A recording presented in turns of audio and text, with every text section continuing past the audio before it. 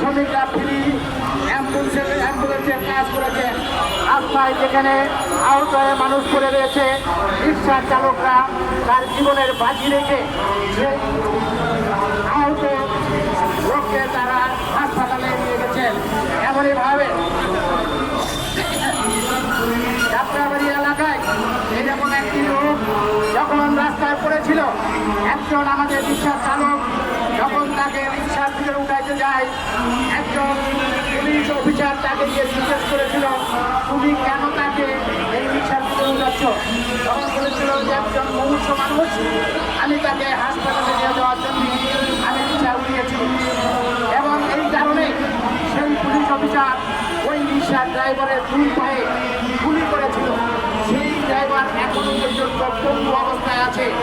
ওই রিক্সার ড্রাইভার ওই পুলিশ অফিসারের কাছে বলেছিল, ভাই আমার স্ত্রী গর্ভবতী, আমার ছোট ছোট সন্তান আছে, যদি আপনারা আমাকে মেরে ফেলেন আমার এই ছেলের সন্তানগুলা তারা সকালে এই দেশে তারা না খেয়ে রাস্তায় রাস্তায় মরবে। কিন্তু চলে না শুনে ধর্মের কাহিনী। সেদিনকে সেই লোকটাকে খুনি করে তার দুইটা পায়ে গুলি করে তাকে আহত করা হয়েছিল। এমনভাবে অসংখ্য এই রিক্সার ড্রাইভার আছে ফ্রি অ্যাম্বুলেন্সের কাজ করেছিল। আমরা সেই অন্তর্বর্তীকালীন সরকারের কাছেও আমরা দেখেছিলাম, অন্তর্বর্তীকালীন সরকার ক্ষমতায় আসার পর ওনারাও এসে নাকি প্রথম ঘোষণা দিলেন এই ব্যাটারি চালিত রিক্সা 3 দিনের ভিতরে ঢাকা শহর থেকে উঠে চলে দেবেন।